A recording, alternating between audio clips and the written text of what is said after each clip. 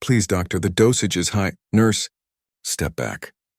I'm responsible for this patient too. The fluorescent lights bore down on Trauma Bay 3, casting a hard, sterile shine across stainless steel. Monitors hummed. A blood pressure cuff hissed. The room smelled of antiseptic and burned coffee. Nurse Maya Brooks, badge clipped to her scrub top, tiny bronze lark pin catching the light, kept her voice steady as she cradled a chart against her chest. Dr. Leonard Hale, white coat crisp as paper, didn't look up from the syringe. "Do not contradict me in front of a patient," he said. His words were cool enough to frost glass. The patient, a gray-haired man on oxygen, watched with anxious eyes. A volunteer paused with a tray of blankets. 2 interns froze by the door. The heartbeat monitor ticked off the seconds like a metronome that had lost its patience. Maya glanced at the dose. It wasn't a small error. She had read the labs twice. Dr. Hale, his kidneys, the slap cracked like a snapped thermometer. Silence pooled in the room. The oxygen cannula hissed. Someone gasped. The volunteer nearly dropped the tray. Maya's head turned with the impact. No blood, no bruise blooming yet, just the heat on her cheek, the stunned tremble of her jaw, and the awareness that 30 eyes had watched a man in authority lay his hand across her face, swift, public, and meant to put her in place. Her lark pin glinted as her badge reel retracted with a tiny click, the sound impossibly loud. Dr. Hale's breath was steady. "You will not undermine me again," he said, as if he had pushed a rolling cart and not a person. He set the syringe on the tray and turned back to the patient as if the world could be made neat by ignoring it. "Mr. Lowry, we are adjusting your medication." Maya didn't move. She wanted to. She wanted to step back. She wanted to step forward. She wanted to be somewhere, anywhere else. But the man in the bed was watching her, pleading without words. The intern's knuckles were white around their notes. The volunteer's hands shook. A security guard shifted in the hall but didn't enter. His eyes flicked to the camera dome above the doorway. The lens sat like a small black pupil watching the room. Evidence, thought Maya. Then another thought rose. Uninvited, old as childhood. Not again. Her cheek throbbed in time with the monitor. "Doctor," Maya said softly, "we need to run his creatinine again before you push that." Dr. Hale's jaw tightened. "Out," he said and pointed toward the doorway. The word felt like a trap door opening beneath her. She took a single breath. She looked at the patient, at the interns, at the camera eye. She looked at the chart in her hands, her notes precise, dated, signed. And she thought of the hallway outside, the frosted glass office with a nameplate that had taught her to speak carefully in this building. She heard her mother's voice, not here, not now, not in front of them. But those were ghosts from a different wing and a different door. Maya didn't move. "Mr. Lowry," she said, gentler now, "do you want a second opinion?" It was a small sentence spoken without heat. It hung in the air like a bell tone. The volunteer swallowed. The interns exchanged wide-eyed looks. For a moment it seemed the room might split down the middle, a quiet fault line under bright lights. The slap had said, "Know your place." Maya's answer said, "This is my place." The patient forced a nod. Dr. Hale's hand hovered above the syringe again, and for the first time his eyes flicked to the camera. He noticed the intern's writing. He noticed the volunteer, the guard in the hall. He noticed the bronze lark on Maya's badge, the one he had seen 100 times and never seen at all. In the corridor, a door opened, the soft, automatic sigh of the administrative wing. Footsteps approached, steady, unhurried, authoritative. A shadow crossed the floor at the threshold of Trauma Bay 3. Maya lifted her chin. Her cheek burned. The air conditioner hummed. The monitor clicked. The footsteps stopped. "Is there a problem?" A calm voice asked from the doorway. The room held its breath. "Enjoying this? Tap subscribe for tomorrow's story." The calm voice belonged to charge nurse Alma Ruiz. She stepped into the bay with practiced grace, gray hair pinned, tablet tucked against her side. "Trauma 3, she said, eyes sweeping the room. "What's our status?" No one answered first. Then the patient coughed. The oxygen hissed. The AC hummed. Maya found her voice. "Elevated creatinine. I requested a recheck before the push." Dr. Hale exhaled as if releasing steam. "I am the attending. We proceed." Alma's gaze moved from Maya's reddening cheek to the syringe to the interns holding their breath. She did not raise her voice. "We will verify the labs," she said. We will document the event. To the nearest intern, order a stat creatinine now. To the volunteer, fresh blankets, please. To the guard in the hall, stay close. The intern scrambled, grateful for instruction. The volunteer nodded, relief flushing her face. The guard straightened, radio at his shoulder. Eyes on the drama but posture neutral. The camera dome watched. Dr. Hale's mouth thinned. This is insubordination, Alma. This is protocol, Alma replied, already opening the patient's chart on her tablet. And duty of care. Maya stood still as the throbbing in her cheek ebbed to a warm ache. She focused on the patient's hands, spotted, trembling, ring-worn thin by decades. He tried to smile at her. She smiled back, careful not to wince. Her badge reel clicked once at her side, a metallic reassurance in a room that had forgotten gentleness. The stat lab was drawn. The syringe was capped and set aside. Alma assigned another nurse to monitor Mr. Lowry while she gestured to the hallway. Dr. Hale, Nurse Brooks, step out with me, please. They moved into the corridor where the fluorescent lights softened to a gentler glow, and the floor smelled more like lemon cleaner than fear. On the wall, a framed poster read, "Dignity always." It looked suddenly fragile. Alma faced them. "I need to be clear," she said. "Any physical contact of that kind is unacceptable." Her eyes flicked to Maya's cheek. "Nurse Brooks, are you injured?" "I'm okay," Maya said automatically, voice a fraction too quick. She pressed her lips together, regrouped. "I would like to be assessed by employee health." "You can go now," Alma said. "Before you do, please complete an incident report." "Both of you." Dr. Hale laughed once, a sound without humor. "We will not elevate a minor altercation into an investigatory circus." I made a clinical decision. My nurse challenged me publicly. Alma's eyebrows rose. "She advocated for a patient with documented renal impairment." "That is the job." The tablet in her hand chimed softly as the lab order posted. "And you will both write what happened." Hale's gaze cooled. He looked beyond Alma toward the frosted glass doors at the end of the corridor, the administrative wing, before returning to Maya. "Careful," he said softly, as if offering counsel to a junior. "Careers are fragile in small towns." Maya held his eyes. "So are kidneys." For a second, something like surprise crossed his face. Then it was gone, replaced by the polished composure of a man accustomed to rooms obeying him. "I will be in my office," he said to Alma, sidestepping the requirement he didn't like. "Page me when the lab returns."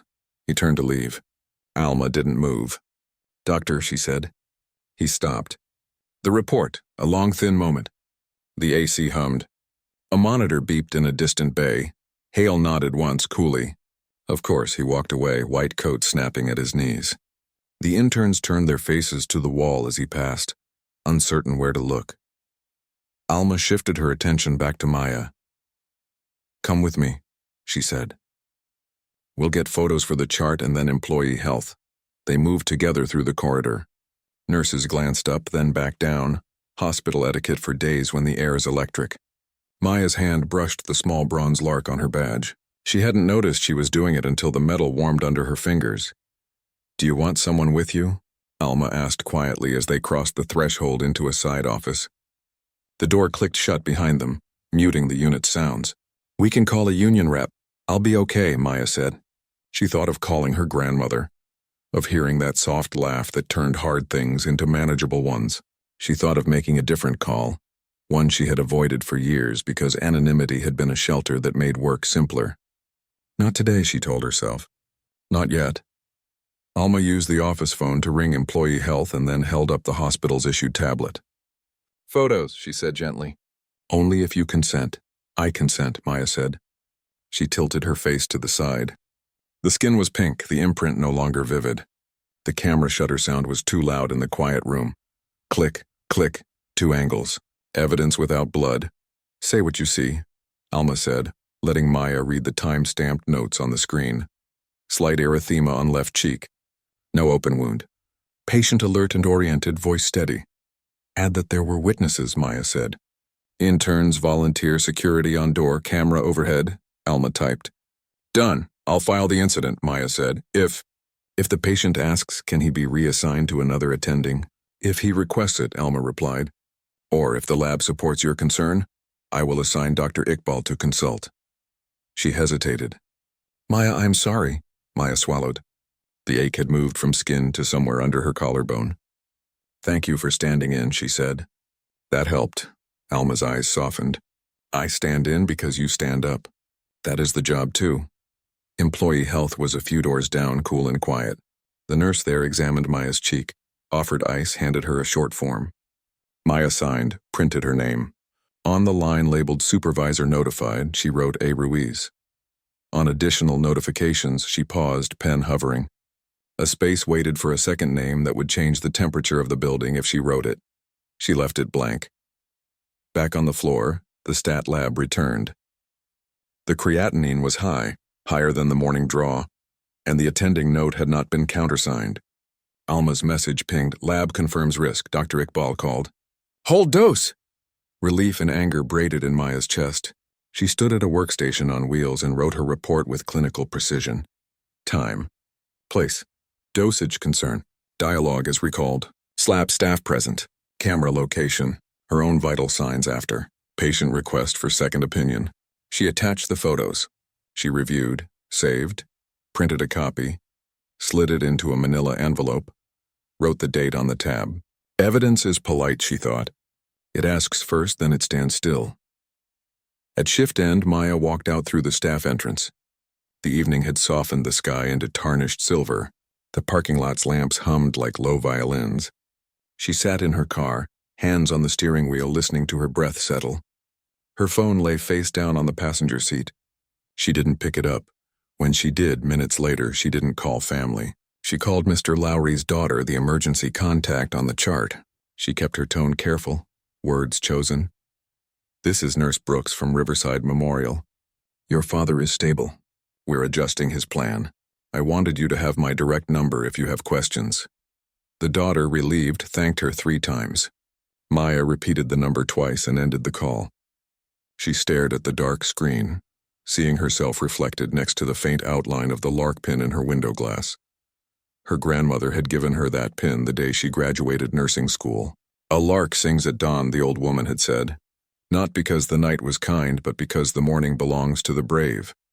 It had been a long night.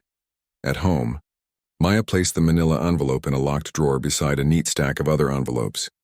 Praise letters, good outcomes, a few hard reports that had taken months to resolve. Documentation didn't stop storms, but it mapped the way through. As she closed the drawer, her phone buzzed. A text from Alma. Administration requests statements tomorrow at 9. I'll be there. A second text followed. This one from an unknown number ending in 3201. This is Tom Whitaker, Operations. Please confirm receipt, Maya typed back. Received. She looked toward the small framed photo on her bookshelf. A woman in a dark suit stood at a ribbon cutting, a pair of oversized ceremonial scissors catching the light. The glossy plaque beneath read, E. Carr, Director, Riverside Memorial. The photo was turned half away, as it always was when Maya needed to forget the weight of it. Her phone buzzed again. A final message for the night. This one from a number she had never saved but could have dialed by memory with her eyes closed. It was a single sentence. Are you all right, sweetheart? Maya's breath caught. She set the phone down without replying, hands steady through will alone. She turned the photo frame a shade more toward the wall and listened to the apartment's quiet. The AC hummed. In the distance, a train sighed, long and lonesome. Morning was coming. So was the meeting. Morning at Riverside Memorial came with fluorescent dawn, light bouncing off polished floors, coffee pots gurgling in break rooms, and a hum of cautious silence. Word had spread overnight, not through gossip exactly, just through the way nurses looked up when Dr. Hale passed and lowered their voices again when he was gone. Maya Brooks arrived early. Her uniform was immaculate, her cheek no longer swollen, though a faint blush of pink remained. The bronze lark pin shone against her navy scrubs. She stopped at the bulletin board, scanning the postings, a staff safety policy, an HR memo about mutual respect, and freshly pinned, a small white notice. Staff meeting. 9 a.m. attendance required. Clinical wing. Her stomach tightened. She had expected something smaller, an HR interview, a quiet statement. Not a full staff meeting. At the nurses' station, charge nurse Alma Ruiz looked up from a chart. You ready? She asked softly. As I'll ever be, Maya said. Alma handed her a folder. Your report copies. Keep them close. The director's office requested all documentation. Maya's hand hesitated on the folder. The director? Alma nodded, expression unreadable. Apparently she wants to address workplace safety herself. The director? Elaine Carr. The name hit like a slow drumbeat under Maya's ribs. The conference room filled with staff, nurses in scrubs, residents still smelling of antiseptic and adrenaline, clerks clutching tablets. A podium stood at the front, next to a screen showing the hospital logo. Dr. Hale entered last, white coat pristine, expression carved from calm authority. He didn't look at Maya. Operations Officer Tom Whitaker opened the meeting. Thank you for coming. This session addresses an incident yesterday in Trauma Bay 3. As per policy, all involved parties have submitted written reports. He looked down at his notes. Dr. Hale, Nurse Brooks, Charge Nurse Ruiz. Murmurs rippled through the room. Some staff already knew the details. Others waited, wide-eyed, for the story to unfold. Dr. Hale stepped forward. An unfortunate misunderstanding, he began, voice firm and measured. A moment of tension during a high-stakes case. No injury occurred. I have served this hospital for 15 years without a single complaint. His words carried weight. His reputation was long, his outcomes good. Heads nodded. Maya stayed still, eyes fixed on the bronze lark against her chest. When it was her turn, Alma gave a succinct report. Timeline, actions, safety concerns, patient stability. Then she gestured to Maya. Nurse Brooks, you may add anything necessary. The room quieted. Maya stood. Her voice was low but clear. Yesterday at 4:32 p.m., I questioned a medication dose based on the patient's renal profile. In response, Dr. Hale struck me. In front of witnesses. The event is documented, recorded, and photographed. I stand by that report. The silence that followed was thick enough to taste. Dr. Hale's jaw twitched. That is a gross mischaracterization, he said. I moved her aside in a moment of urgency. There was no contact was made, Maya said. Her tone didn't rise. And witnessed. A flicker of discomfort passed across faces around the room. People shifted in their seats. Then from the back, a quiet voice. I saw it. One of the interns raised his hand, voice trembling but sure. He hit her, another voice joined. The volunteer who had dropped the blankets. Me too. Maya didn't move. Her hands rested calmly on the table, fingers interlaced. Tom Whitaker cleared his throat. The administration takes this seriously. The director will join us shortly. As if summoned, the door opened. A woman in a tailored navy suit entered. Calm, poised, her expression unreadable. The room rose instinctively. Please sit, she said. Director Elaine Carr stood before them, setting her folder on the podium. The resemblance between her and Maya wasn't immediate, but it was there. The same composed eyes. The same deliberate control in her movements. Maya felt her pulse skip. Elaine scanned the room, pausing momentarily, long enough to make people feel seen, but not long enough to reveal emotion. I've reviewed the footage, she said. I've read every statement. She looked at Dr. Hale. And I've been very clear about our zero-tolerance policy for workplace violence. Dr. Hale opened his mouth, but Elaine raised a hand, a gesture of quiet authority. We'll discuss due process in private. For now, staff safety is my priority. Her tone was calm, professional, but the way her gaze rested briefly, just briefly, on Maya, something softened, almost imperceptibly. I want every nurse here to know, she continued. If you speak up for a patient, you are doing your job. Full stop. Applause broke out, hesitant at first, then swelling as nurses exchanged looks of relief. Dr. Hale's face remained impassive, but his fingers tightened around his pen. He hadn't realized until that moment that the director wasn't just protecting her staff. She was protecting someone specific. Elaine turned back to the group. Operations will conduct the review. Until that's complete, Dr. Hale is on administrative leave. Gasps rippled. Even Alma looked surprised. Hale's composure faltered for the first time. Director Carr, he said evenly, this is reactionary. Elaine met his gaze. It's policy. She turned to Maya.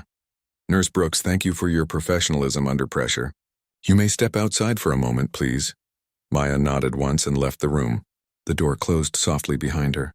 Outside in the hallway, her breath trembled. She leaned against the wall, hearing the muffled murmur of voices within. Through the glass, she saw Dr. Hale pacing, Elaine standing firm. Maya's reflection shimmered faintly on the window. Her badge, her pin, her mother's calm eyes, she whispered to herself, "I didn't want this."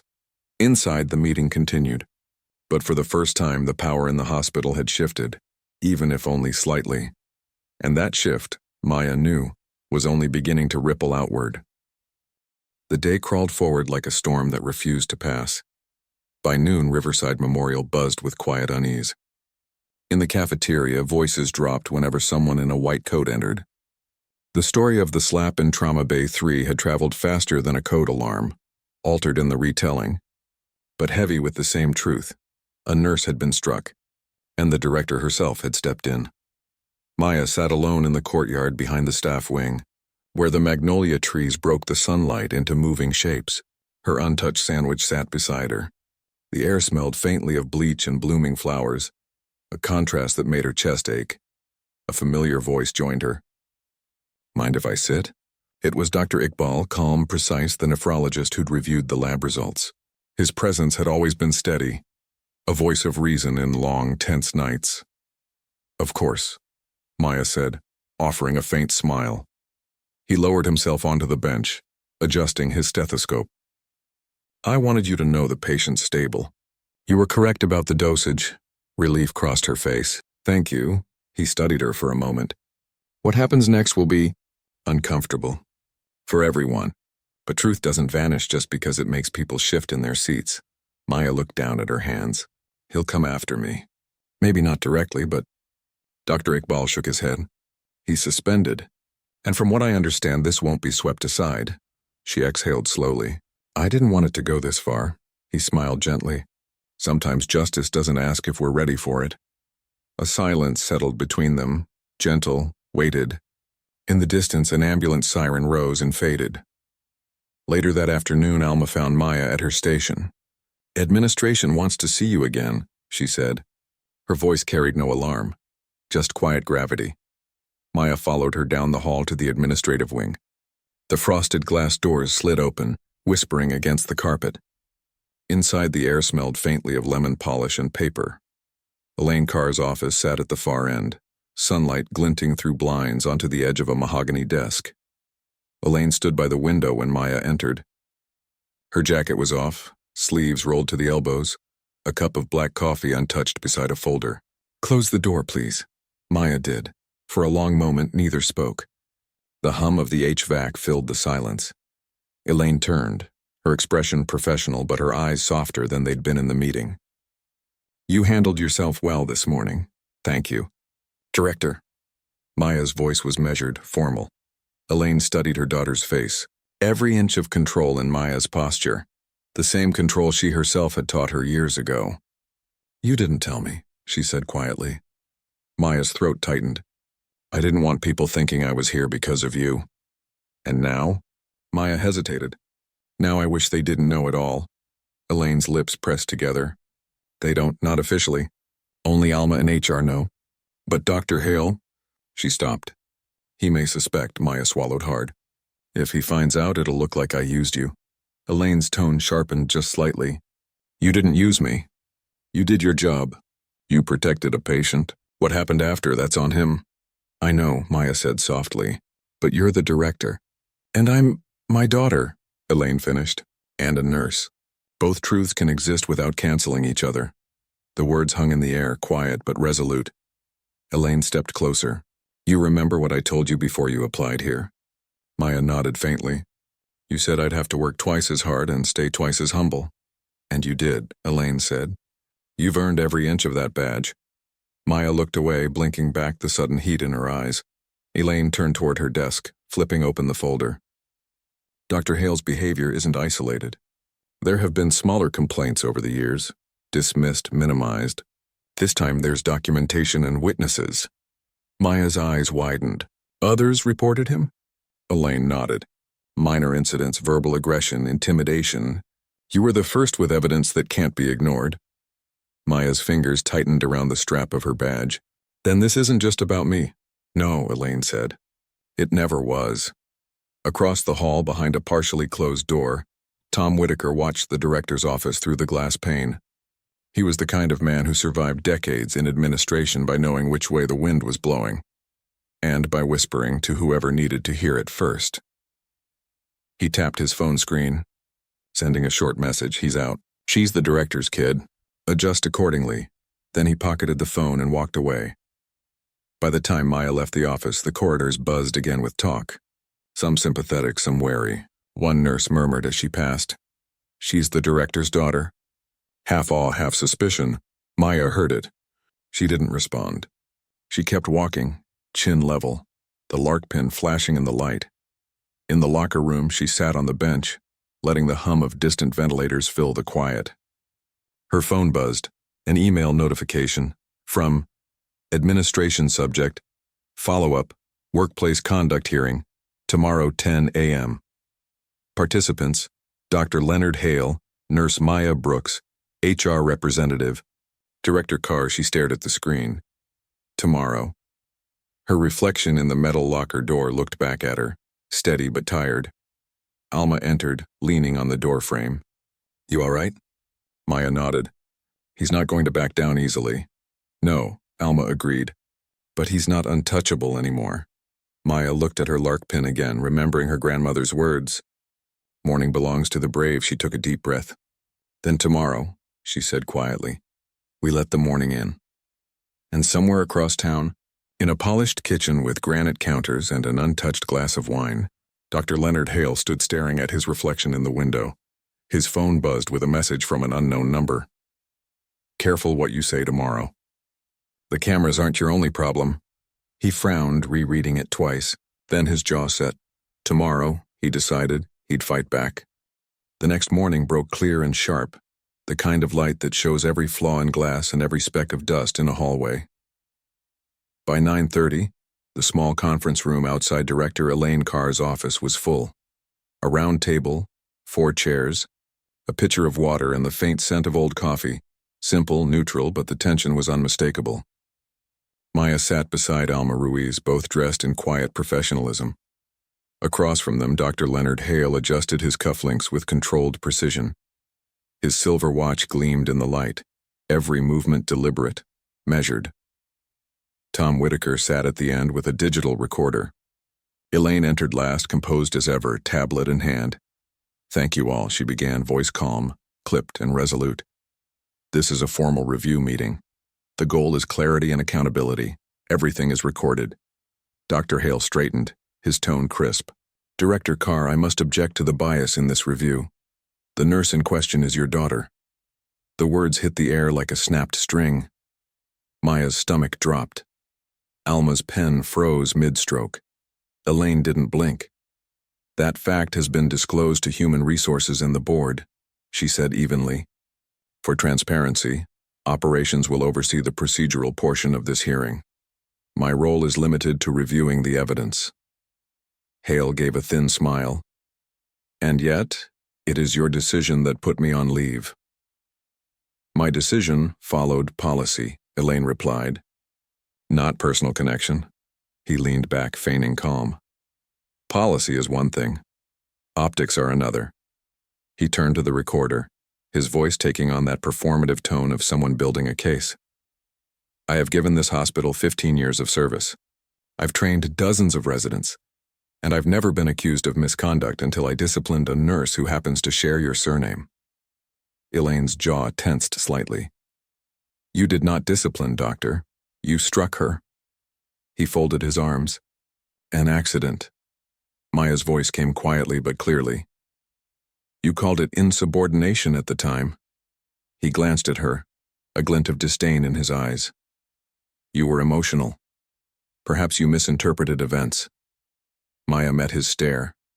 The camera didn't misinterpret. Tom Whitaker cleared his throat, cueing the footage on his tablet. On the screen, the moment replayed. No sound, just images. The flash of movement, the slap, the recoil, the stunned faces around. The silence that followed in the room was absolute. Elaine let it play twice, once in real time, once slowed. When it ended, she looked at Hale. "Would you like to comment?" He hesitated. His hand tightened on the edge of the table. "There's no audio. You can't hear the pressure of that moment." "No," Maya said softly. "But you can see your hand." The air hung heavy. Then Hale exhaled and leaned forward. "Let's not pretend this is about a single moment. This is about control. The director's daughter wanted to make a statement, and I became the example." Elaine's eyes narrowed. "You're suggesting conspiracy?" "I'm suggesting conflict of interest," he snapped. Before Elaine could answer, Alma spoke up, steady and clear. "Doctor, with all respect, you struck a staff member. No connection changes that." Hale turned on her. "You've always had it out for me, Alma. You resent authority." "Authority doesn't mean impunity," she said quietly. Elaine raised a hand. "Enough." Her voice sliced through the tension. "This isn't a debate. It's an inquiry." Tom, still neutral, tapped his tablet. "Before we proceed," he said carefully, "I was instructed to include a supplemental file. It arrived this morning." Elaine frowned. "From?" Tom hesitated. "Compliance Department. External audit." He turned the screen toward them. The footage that appeared wasn't from Trauma Bay 3, it was older, dated 3 months ago. Another room, another nurse, another confrontation. Dr. Hale stood over a different nurse, voice raised, expression fierce. There was no slap this time, but his hand came close, too close. The timestamp and security logo were clear. Maya's breath caught. Alma's eyes widened. Elaine watched, silent, face unreadable. When the clip ended, she spoke quietly. "You said there were no previous incidents." Hale's composure cracked. "That was handled internally," he stammered. "No harm done." Tom's tone remained flat. "The nurse in that video filed a report. It was closed without action. She later resigned." Elaine's gaze hardened. "You lied to this board, Doctor." He straightened, defiant. "And you think you can ruin me because of a family tie?" Elaine's voice stayed calm, but every word landed like a gavel. "No. You ruined yourself the moment you forgot what power is for." The room went still. Tom stopped the recording, glanced at Elaine.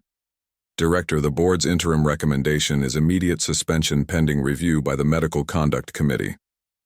Hale stood abruptly, his chair scraping. "This is a witch hunt." Elaine rose as well, unflinching. "This is accountability." For a moment, the two faced each other, the old authority of entitlement against the quiet, earned authority of integrity. Then Hale's shoulders dropped. He looked at Maya, and something bitter passed through his expression. "Enjoy your promotion, Nurse Brooks." Maya shook her head slowly. "I don't want your title, Doctor. I just want safety in the room." He left without another word, the door slamming once, echoing down the hall. When silence returned, Elaine looked at Tom. "Please notify the board. Begin transition for coverage of Hale's cases." Tom nodded, typing quickly. Elaine turned to Maya, her professional tone returning. "You'll have to stay off the floor for the rest of the day while this is processed. HR will debrief you." "Yes, Director," Maya said softly. Alma stood, squeezing Maya's shoulder before leaving. When the others were gone, only mother and daughter remained. Elaine finally let the mask drop. "You all right?" Maya's breath shook. "I think so." Elaine exhaled, tension releasing from her shoulders. "You know, I kept that footage overnight. Watched it twice. The first time as a director. The second, as your mother." Tears stung Maya's eyes. "I didn't want to drag you into this." Elaine smiled faintly. "You didn't. You stood up. I just walked in behind you." For the first time, Maya smiled too. "Then maybe we both did our jobs." The light through the blinds caught the edge of her lark pin, glinting like a sunrise. But outside that office, the whispers had already begun, about favoritism, about exposure, about the director's hidden daughter. The truth was out now, and truth, like light, doesn't stop at the door. By the following week, Riverside Memorial was a different hospital. The air felt charged, like a thunderstorm had passed but left static behind. Every conversation carried the same careful hush, 1 part relief, 2 parts fear. Word had spread beyond the hospital walls now. Local reporters were calling, board members were emailing, and the staff bulletin board bore a new laminated poster. Zero tolerance for workplace harassment, policy update. Effective immediately. Inside the nurses' break room, coffee brewed as usual, but laughter was scarce. The news of Dr. Hale's suspension had rippled through the community like a shockwave. Maya sat at the corner table with Alma and Dr. Iqbal, reading through the policy memo. Her hands were steady, though she hadn't slept much. They moved fast, Dr. Iqbal said, glancing at the bold black headline. They had to, Alma replied. Once the footage hit compliance, there was no containing it. Maya looked up. You think it's over? Alma shook her head slowly. This kind of change? It's never over. But it started. In the administrative wing, Tom Whitaker watched the director's office door close after yet another meeting. He'd seen power shift before, seen reputations built and erased with a few careful sentences. But this was different. Hale's nameplate had already been removed from the attending board. In its place was a blank strip waiting. Tom scrolled through his inbox. A new email from the board of directors bore the subject, Interim Measures. Dr. Leonard Hale suspension upheld. External Ethics Committee review scheduled. He leaned back, exhaling. So that's that, he muttered to himself. But even as he said it, he knew it wasn't. Scandals didn't end in policy memos. They rippled in whispers. In doubt, in the uneasy way staff looked at leadership. That afternoon, Elaine called a department-wide assembly. The main auditorium filled, nurses, physicians, aides, interns. The lights dimmed, and the hospital logo glowed on the projector screen. Elaine stepped up to the podium, every inch the director, calm, poised, unflinching. Last week, she began, an incident occurred in our emergency department that forced us to look closely at ourselves. What we found wasn't new, it was what happens when silence becomes easier than honesty. She paused, letting the words settle. That ends today, effective immediately. We are implementing new safety reporting protocols, anonymous submission options, and training for all leadership staff. We are not protecting titles here. We are protecting people. Applause began hesitantly, then grew louder. Maya stood at the back of the room, hidden among the rows, listening. Her mother hadn't used her name. She didn't need to.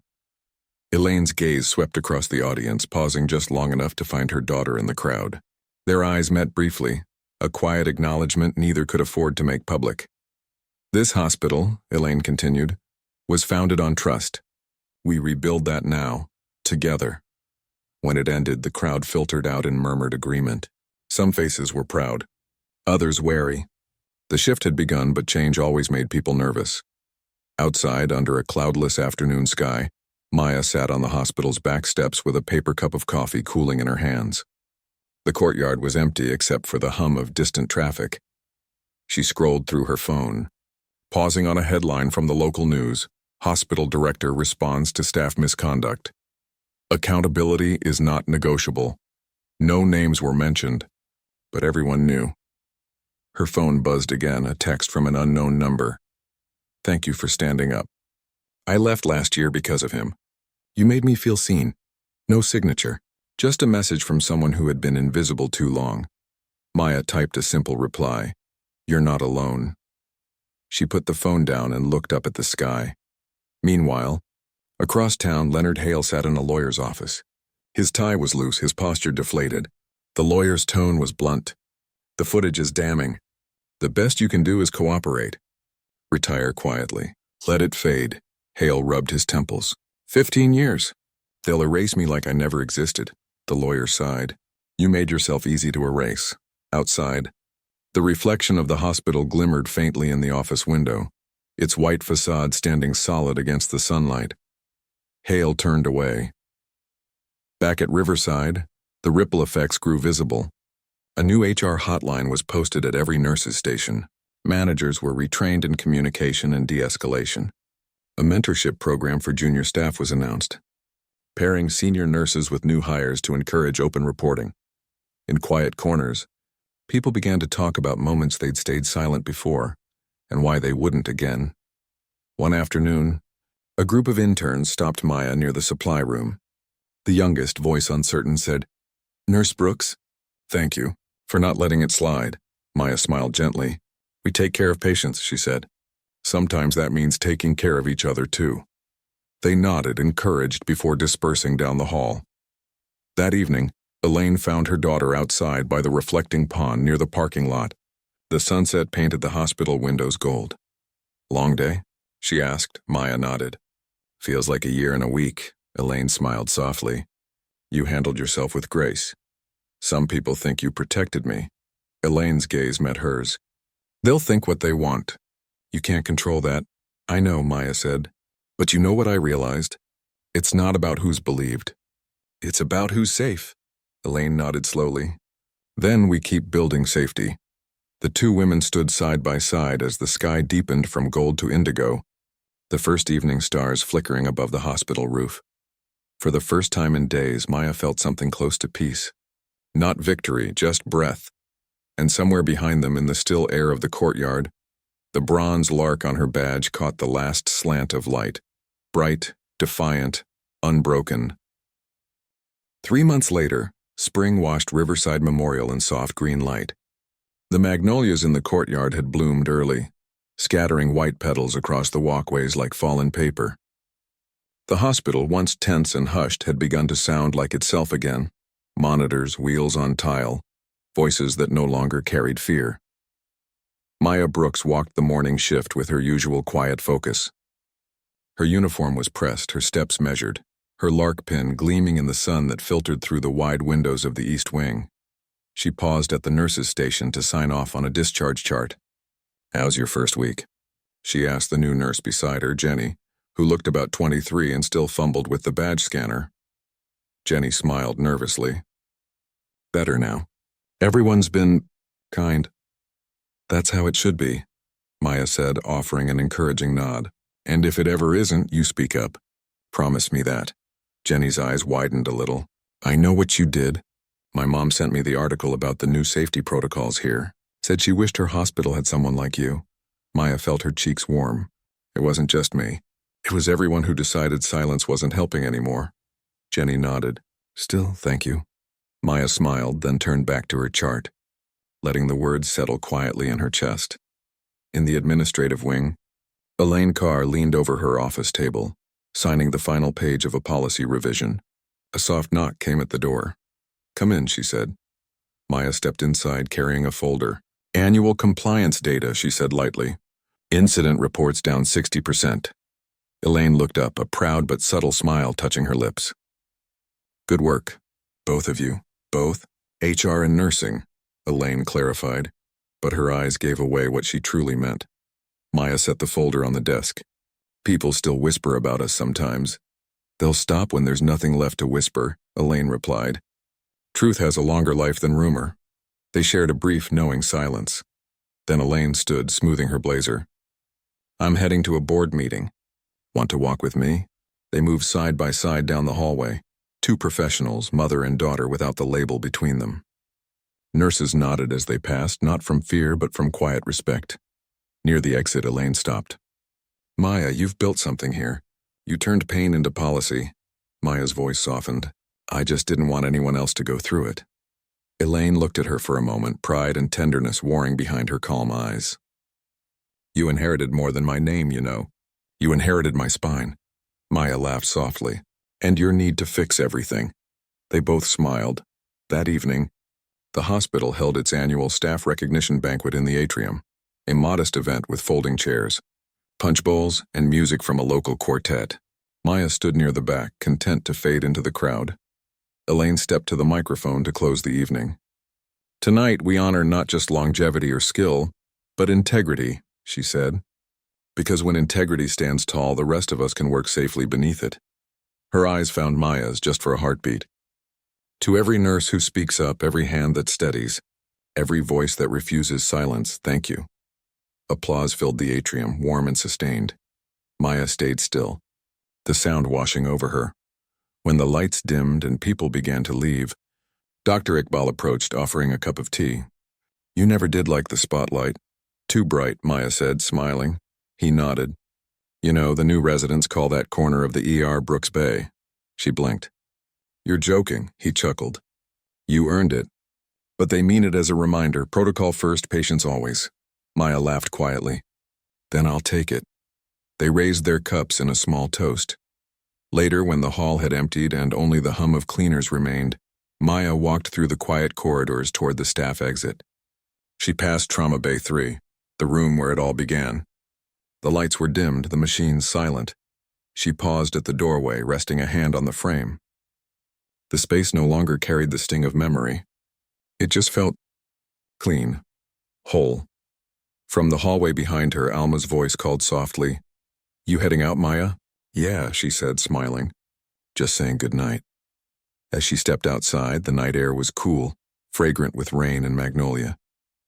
The town's lights glimmered in the distance. Her phone buzzed, a message from an unknown number.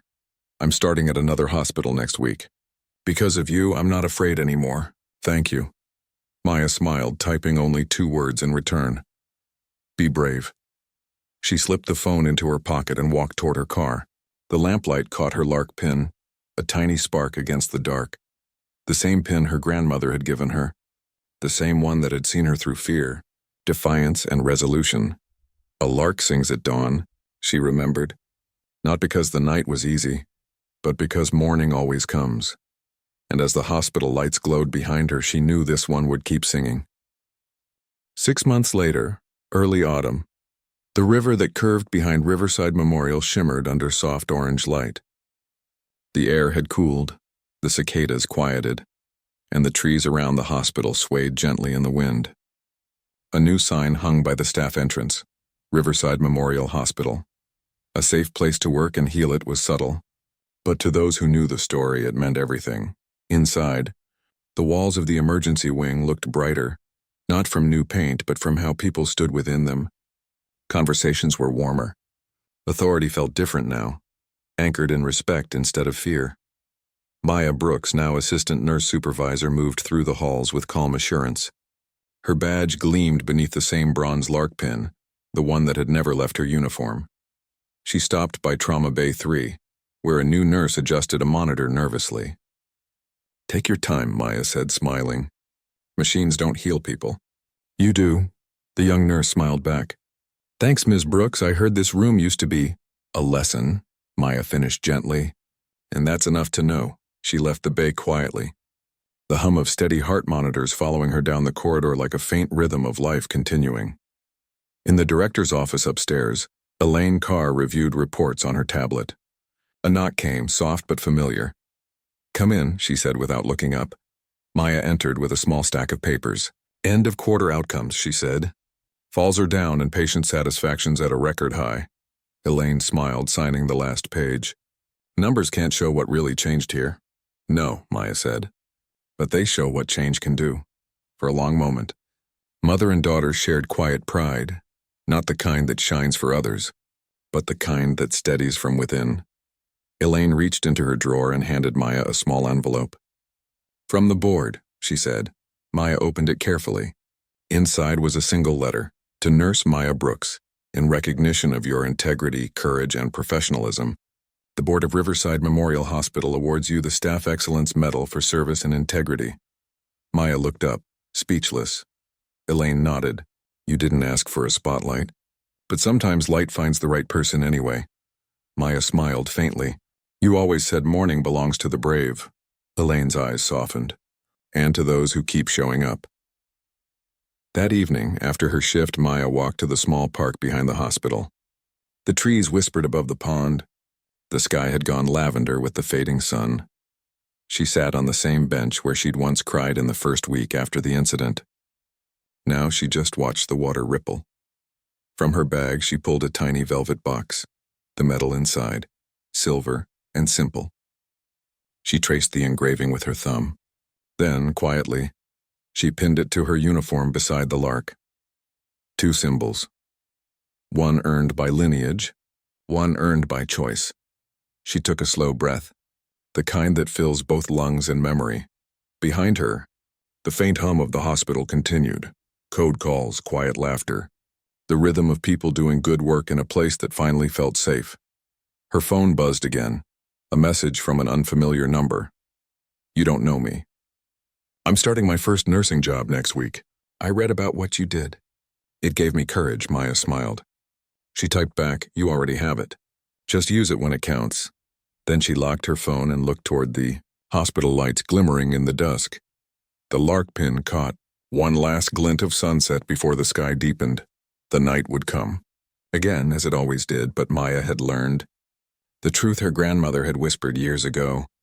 The dawn doesn't erase the dark. It redeems it. And for the first time in a long time, she felt ready for whatever morning brought. End. Thanks for watching.